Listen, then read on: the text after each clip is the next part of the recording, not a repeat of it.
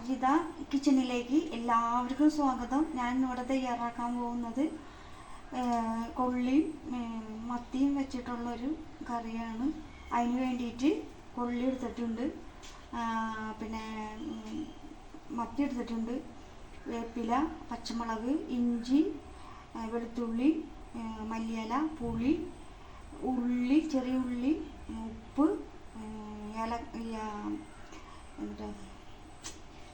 കുരുമുളക് പൊടി, മഞ്ഞൾപ്പൊടി, പിന്നെ മുളക് പൊടി.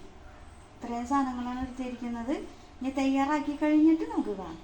അങ്ങനെ മത്തിയും കൊള്ളിയും ഞങ്ങൾ കറി വെച്ച് എല്ലാവരും ട്രൈ ചെയ്യാം. നല്ല ടേസ്റ്റാണ്. പിന്നെ സപ്പോർട്ട് ചെയ്യുക.